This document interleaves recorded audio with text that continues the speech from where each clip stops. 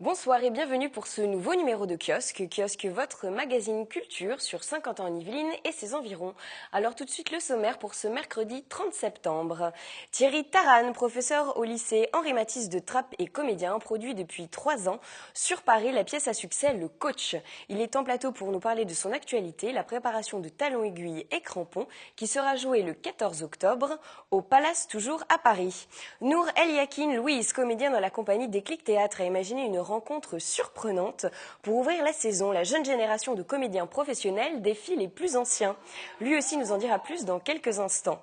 Electro Deluxe était à la batterie à Guyancourt vendredi dernier. Groupe fondé en 2001, nourri au jazz, au funk, au rap et à la soul, a assuré le spectacle entre cuivres puissants et chanteurs charismatiques. C'est donc une émission qui fait la part belle au théâtre aujourd'hui avec nos invités. Nour El Yakin Louise, comédien professionnel et responsable du secteur impro de la compagnie Déclic Théâtre, bonsoir. Bonsoir. Et Thierry Taran, comédien et producteur, mais aussi professeur, enseignant au lycée Henri-Matisse de Trappes, bonsoir. Bonsoir. Nour, vous auriez souhaité avoir un professeur qui à côté est comédien au lycée ? Comment, pardon? Est-ce que vous auriez souhaité avoir au lycée un professeur qui en parallèle est comédien? Eh ben oui, je l'aurais souhaité et puis j'ai eu la chance d'en avoir.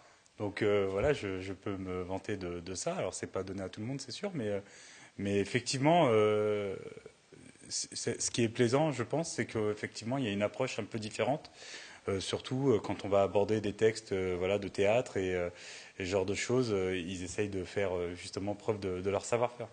Alors Thierry Taran, justement, tout à l'heure, vous nous dévoilerez votre spécialité. Nour El Yakin, comédien professionnel, on lui disait dans la compagnie Déclic Théâtre, compagnie que l'on ne présente plus, mais quand même, compagnie créée en 1993 par Papy Attrape, Papy qui en 2013 a été nommé chevalier des arts et lettres, dont l'essentiel des activités est axé autour des matchs d'improvisation théâtrale. Est-ce que vous pourriez nous expliquer ce qu'est qu'un match d'impro? Très simplement, c'est une rencontre en fait entre deux équipes mixtes avec des garçons et des filles autour de thèmes en fait qui sont proposés par un arbitre et à la fin de chaque improvisation, le public est invité à voter. Donc c'est lui qui est le déterminant de la dramaturgie du spectacle en donnant son vote et du coup il vote pour l'une ou l'autre équipe en fonction de ce qu'il a préféré. Alors, très simplement. Nour El Yakin, vous venez justement nous présenter le spectacle de match d'improvisation que vous avez monté avec Mélanie Lemoine pour ouvrir cette saison. C'est un choix un peu surprenant parce qu'il s'agit d'opposer le 2 octobre prochain à la Meurise à Trappes un conflit intergénérationnel entre les jeunes et les anciens. Alors pourquoi ce choix ? Déjà pour l'affiche, histoire de pouvoir faire revenir les plus anciens à la compagnie et puis et puis faire voilà que tout le monde en profite, que les habitants qui connaissent ces joueurs-là puissent les retrouver. Et puis aussi il y a le côté un peu défi des plus jeunes d'aller titiller leur père. En plus, ce qui est intéressant, c'est que voilà, il y a 20 ans d'histoire dans la compagnie Déclic Théâtre aujourd'hui, et c'est vrai que ceux qui vont jouer dans l'équipe des jeunes n'ont pas forcément été formés par ceux qu'ils vont rencontrer voilà, vendredi soir. Et du coup, c'est un petit peu l'occasion voilà, de les mettre ensemble à l'honneur dans la patinoire ce soir-là. Parce que oui, vous disiez donc plus de 20 ans de compagnie, c'est plus de 10 000 jeunes qui ont été affûtés, une écurie de renom, donc notamment Jamel Debbouze, Sophia Aram, Mathieu Longat. Qui sera présent vendredi? Eh bien, moi déjà, et puis plein d'autres. Qui sera présent, on va retrouver Papy, qui sera là, avec JB, qui sont les cofondateurs de la compagnie. Stéphane Guillet aussi, qui viendra spécialement de Rochefort pour ce match-là.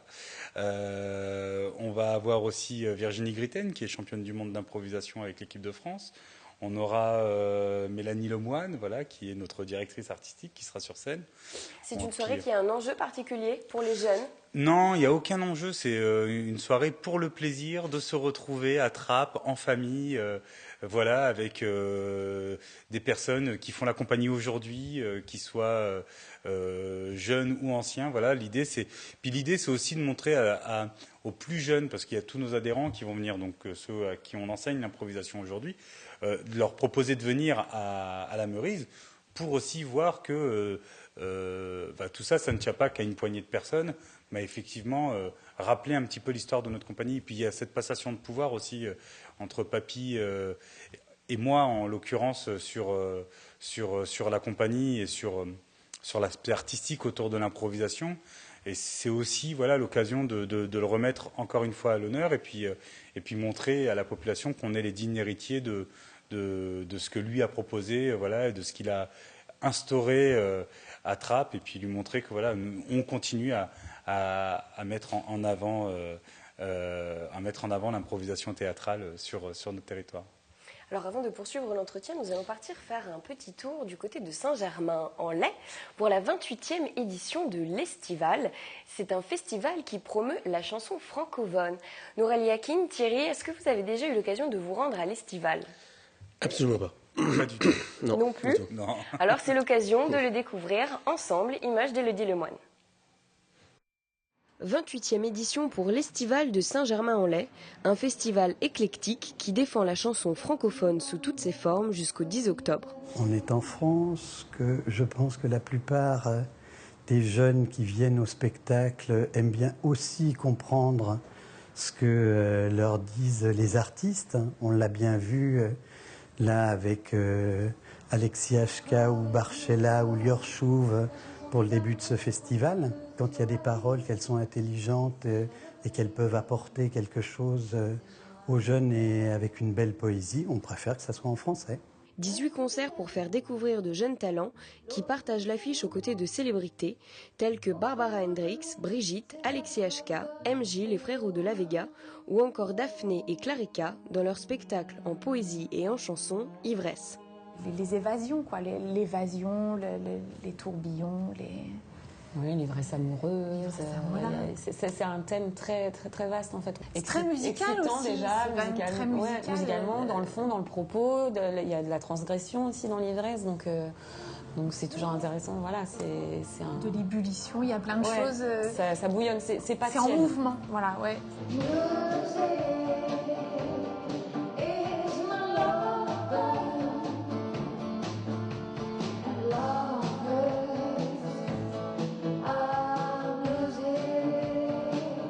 Tous les ans, l'équipe de l'Estival met en lumière le travail d'une association caritative ou humanitaire en lui apportant un soutien médiatique et financier par la vente de produits dérivés du festival.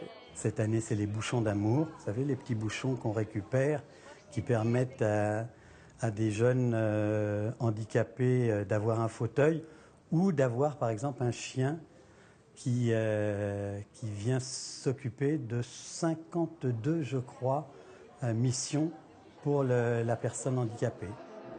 Tu me contredis, tu m'apostrophes, avec ton venin et ta armure, tu ferais battre des montagnes. Ah, on a décroché le gros lot, le jour où on l'a rencontré. Si il se taisait, ce serait trop beau, non, mais il se laisse aller, il se laisse aller. D'Europe, il y a 2 ans, 2-3 ans. Ouais, c'est une ligue pro là. Ah oui. Thierry Taran, vous êtes-vous déjà essayé au match d'improvisation? Absolument pas. Ça ne vous a jamais tenté? Non, on a fait des exercices quand on était à Florence sur l'impro comme ça. On en fait suffisamment entre nous quand on répète. Je trouve ça c'est drôle, il y a une partie assez marrante. Mais non, c'est un exercice difficile, vraiment très difficile. Quelles sont les qualités requises justement pour l'improvisation au théâtre? Je pense qu'il faut déjà être super créatif. Bah oui, après c'est ça, et puis mettre son imaginaire à plat auprès du public, c'est-à-dire que c'est faut être spontané. Faut être spontané, puis surtout faut avoir la capacité d'écouter les propositions et d'être capable de répondre de manière positive pour faire avancer l'histoire. Et c'est une équipe. Alors, il faut surtout pas se tirer le chapeau plus qu'un autre, parce que sinon l'équipe ne marche pas, ne fonctionne plus du tout. Donc ça a besoin de cette créativité, d'être concentré avec cette spontanéité, en pensant qu'il y a aussi les autres derrière. Et ça peut tout partir en live s'il y en a un qui veut vraiment faire plus que les deux autres. sur des équipes de 2 ou 3. Et ça, c'est dommage. Hein.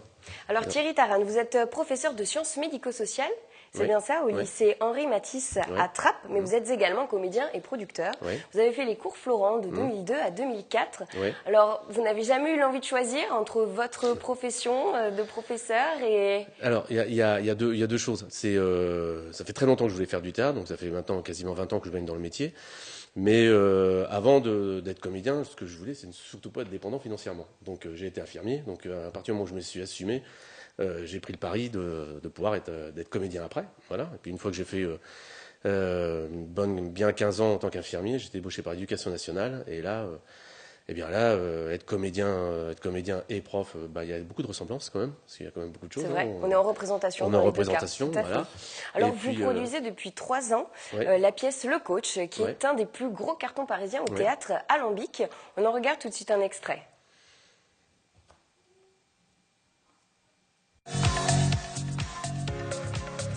Alors ça, c'est le résultat avant les imputations des taxes par fiscales pour le mois de mai. Voilà. Là, il ce chiffre bizarre, là. C'est la date.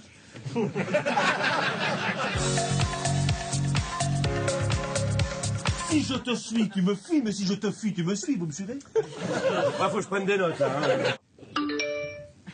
Hein. Alors, vous avez dit, si je fuis, tu m'essuies. Non. Vous avez invité Vanessa au restaurant, je suis Vanessa. Pas l'accident de bagnole alors.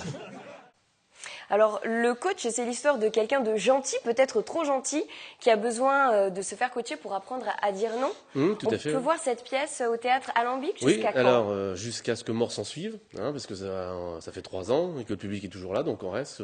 C'est plus de 120 dates dans toute la France. Il est maintenant à l'étranger aussi, Belgique, Suisse, Maroc.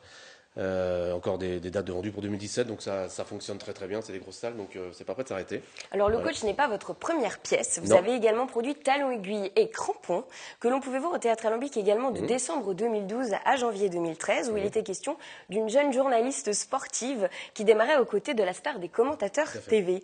Vous la représentez à nouveau au Palace à Paris Oui. le 14 octobre prochain. C'est un théâtre de 1000 places. Ouais. J'imagine que la pièce vous a été demandée et plébiscitée par le public. Oui, alors d'abord, il faut savoir que Talons aiguilles et Crampons et Le Coach ont été écrits par Bruno Bachot, qui joue dans les 2 pièces, et dont Le Coach, le film a été tiré de la pièce, avec Richard Berry et Jean-Paul Rouve, que Bruno a scénarisé.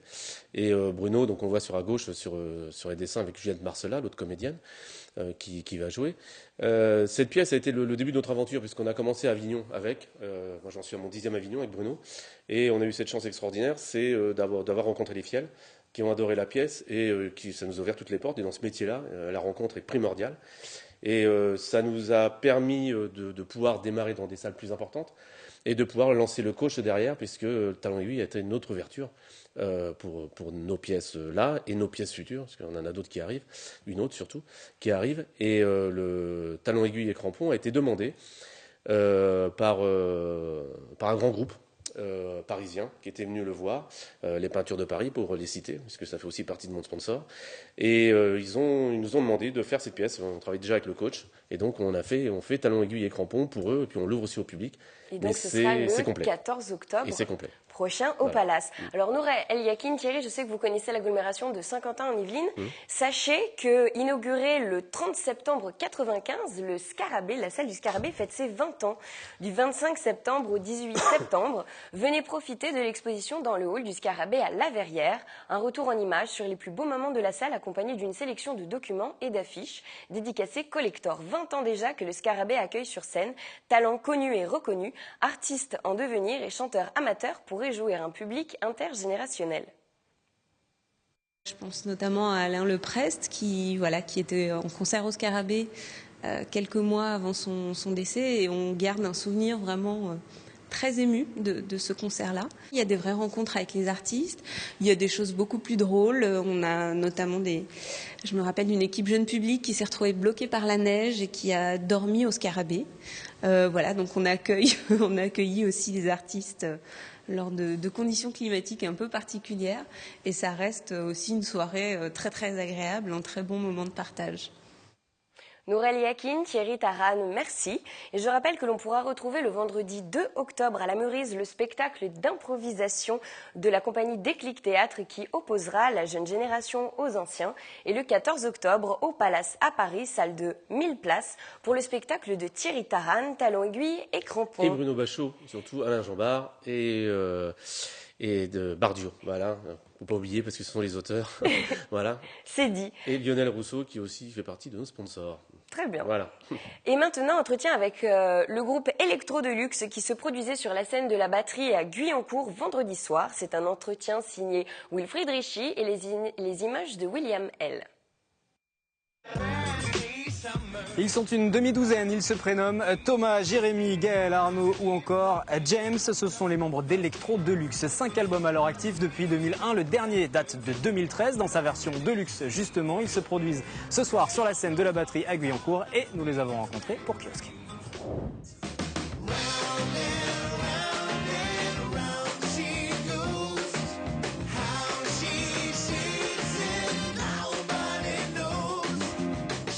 Bonjour Electro Deluxe, bonjour à Thomas, à Gaël et à Jérémy, donc 3 des membres de la formation. Vous allez procéder à la balance là, dans quelques minutes. C'est une salle un petit peu plus petite ici par rapport à ce que vous avez pu faire. Vous avez fait des gros festivals il y a pas longtemps encore. Vous l'appréhendez comment le concert de ce soir dans une salle comme ça, plus intimiste? Nous en fait on adore les clubs, on adore cette configuration de salle de 500 places. C'est vrai qu'on a la chance de faire des beaux festivals et puis on a eu la chance l'année dernière de faire l'Olympia, mais on continue à faire beaucoup de clubs parce qu'on aime cette proximité avec le public. Ça permet de tester des choses aussi? Exactement, ce soir on va d'ailleurs carrément essayer des nouveaux morceaux qu'on a répétés hier. Donc c'est tout neuf, tout frais. Le public ce soir va nous servir de cobaye un petit peu et on a voulu intégrer à notre set qui est déjà très huilé, très rodé, deux nouveautés pour... c'est la meilleure façon pour les jauger, les morceaux, pour savoir quel retour on aura sur ces morceaux. Pour clarifier les choses, pour ceux qui ne connaissent pas votre univers, influence jazz, rap, soul, et puis malgré le nom Electro Deluxe, c'est pas que de l'électronique, il y a beaucoup de musique, des vrais instruments sur scène, des cuivres notamment, parce que là, c'est un petit peu à contre-courant aussi de ce qui se fait. Pourquoi ce choix? C'est devenu à contre-courant, c'est-à-dire que nous on a l'habitude de dire Electro Deluxe c'est un groupe de musique quoi, avec des instruments, une basse, une batterie, des cuivres, et on a constaté qu'on devenait marginal dans les festivals notamment qu'on fait, où il y a beaucoup de projets électro qui sont en concert, mais voilà, nous ça a devenu notre originalité.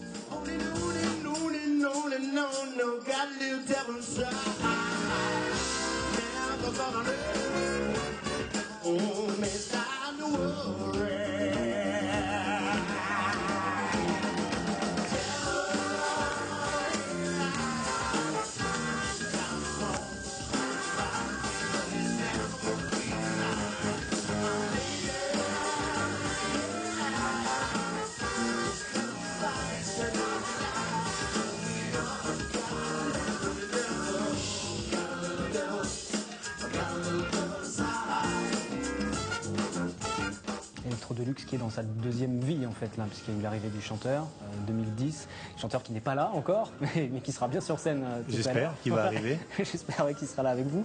La rencontre, juste pour revenir sur ça, pour expliquer cette naissance de la deuxième vie du groupe Electro Deluxe, c'était quoi, un hasard 2010? C'est un très très grand hasard, c'est-à-dire qu'Electro Deluxe, jusqu'à la rencontre avec James Copley, fonctionnait comme beaucoup de groupes avec ce qu'on appelle des featuring, des invités. Sur les disques, on avait plusieurs invités, rappeurs, chanteurs, chanteuses, et sur scène, on prenait ce qui était disponible. On avait vraiment envie d'une figure de proue pour notre musique, quelqu'un qui l'incarne et qui la défende tous les jours, qui intègre le groupe. Donc c'était pas qu'un hasard, il y avait une volonté d'avoir un lead, un chanteur. Mais on galérait à trouver, vraiment. On avait beaucoup de mal à trouver. Et puis un jour, on a entendu parler d'un chanteur qui avait fait des siennes dans un karaoké de séminaire. Une copine a dit « Ouais, j'ai vu un chanteur chanter... incroyable, je crois que le gars est américain, je l'ai filmé, elle m'a montré la vidéo et on a trouvé ça incroyable et on l'a appelé. Il est venu tout de suite, il était du coup pas du tout chanteur, il bossait pour une marque de fringues et on a halluciné, il nous a dit ouais mais moi je suis pas chanteur, on lui a dit ouais mais ne change rien. C'est parfait. Il s'en sort plutôt bien. Oui, il s'en sort, il a vraiment ça dans le sang, hein. Il est d'une famille de chanteurs mais lui-même avait choisi une toute autre voie. Chacun a amené sa couleur. Et sa couleur à lui, il l'a ramené avec toute sa culture, tout son background de fils de pasteur. Le sens du spectacle aussi. C'est un showman. Ouais, bah oui, avant tout. Hein. Je pense que c'est un comédien avant tout. Hein. Ça veut dire qu'on ne peut pas rester assis à un concert d'électro de luxe. C'est impossible. C'est impossible. On peut pas. Il communique son énergie à tout le monde.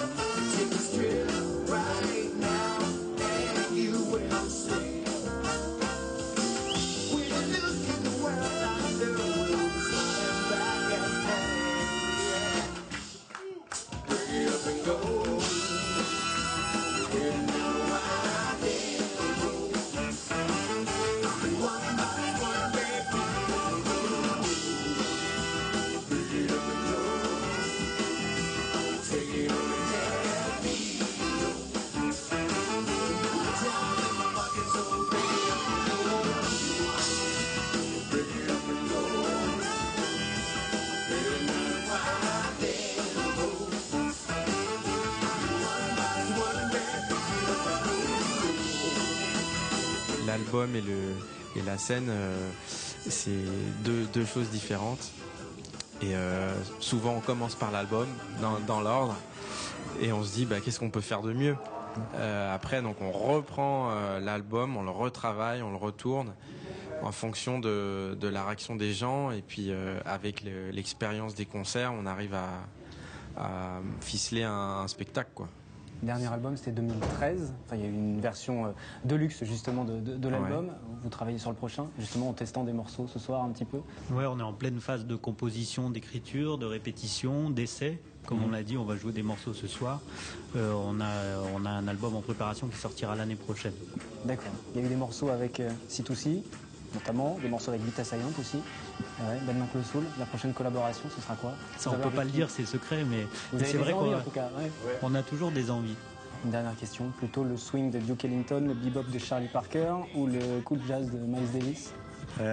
Si on pouvait faire un groupe avec les trois, ça serait bien. Ah oui, ce serait ça quand même. Moi, je dirais le cool jazz de Miles Davis. Cool jazz. C'est ça qu'on prendrait. Très bien. Merci beaucoup, Electro Deluxe. Merci. Bon concert pour ce soir et bonne continuation aussi, puisqu'il y a d'autres dates. Elles sont retrouvées sur le site internet du groupe. Merci. Merci.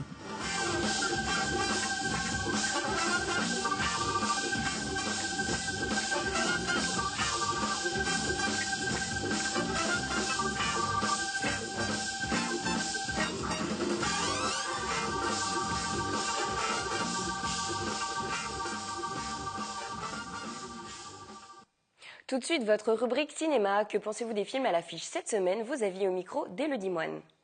C'est un très bon film et vous passez 2 heures à ne plus penser à vos soucis et vraiment vous rigolez. En même temps, c'est un petit peu un film à thème, un message et donc vous pouvez penser par certaines choses et puis en même temps vous rigolez, vous passez un bon moment. C'était divertissant et il y a beaucoup d'espoir et d'amour à l'intérieur. Donc c'est vraiment intéressant. J'ai vraiment aimé ça.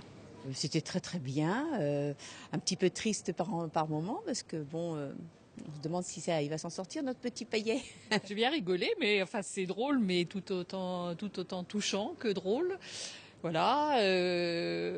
Écoutez, moi je sais pas, c'est s'en remettront et l'un et l'autre. On verra, l'avenir le dira. Je dirais que c'est un film psychologique. Il y a une tension énorme. Il y a de la violence, une très forte violence, des courts instants, mais très très forts. Après, la fin nous laisse un peu sur notre faim. Cette semaine, c'est Cyril Haddad de l'Espace Noiret des Clés-sous-Bois qui nous donne son coup de cœur sur les sorties. Cette semaine, le coup de cœur de l'Espace Philippe Noiret est le film The Program, réalisé par Stephen Frears. Le film nous entraîne dans le plus grand scandale de l'histoire du sport, le démantèlement du programme de dopage qui a fait de Lance Armstrong une légende. De la gloire à l'humiliation, ce programme retrace le parcours de la star du Tour de France. Véritable thriller, ce film nous plonge au cœur de cette folle enquête. Passionnant et magistralement réalisé, The Program suit Armstrong des podiums du Tour de France jusqu'au déshonneur. Entre images d'archives et reconstitutions soignées, il en ressort un champion à la personnalité opaque. Je suis l'athlète le plus contrôlé de la planète. Je n'ai jamais été contrôlé positif à des produits améliorant les performances. Il fait de votre petit sport européen un événement international. S'il ment pendant les courses, c'est qu'il nous ment à nous aussi. Personne ne m'aura. L'acteur Ben Foster n'a eu que 6 semaines pour entrer dans la peau du personnage.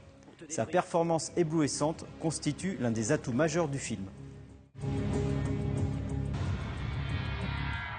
The Programme est proposé en version originale et en version française cette semaine à l'espace Philippe Noiret. Et avant de nous quitter, je vous propose quelques dates à noter dans vos agendas. Le projet Michel Montana, samedi 3 octobre à 20h à l'estaminet de La Verrière. Holde Elaf et Alain Berthier évoquent avec tendresse et passion les plus belles heures du génie méconnu Michel Montana au travers d'un colloque festif et poignant. Mec, spectacle de Philippe Torreton et Édouard Perrault au Prisme d'Elancourt samedi 3 octobre à 21h. Spectacle en forme de récital centré sur la fulgurance des textes du poète maudit Alain Leprest. Et enfin, jeudi 8 octobre à 20h30 à la ferme de Bel-et-Bas à Guyancourt, retrouvez la double inconstance avec la compagnie Roland Furieux, où Marivaux révèle avec élégance la confusion des sentiments, leur ambivalence ainsi que leur éprouvante drôlerie. Fin du kiosque pour cette semaine, émission à voir et à revoir sur notre site internet. Je vous retrouve avec plaisir mercredi prochain. Très bonne soirée à tous.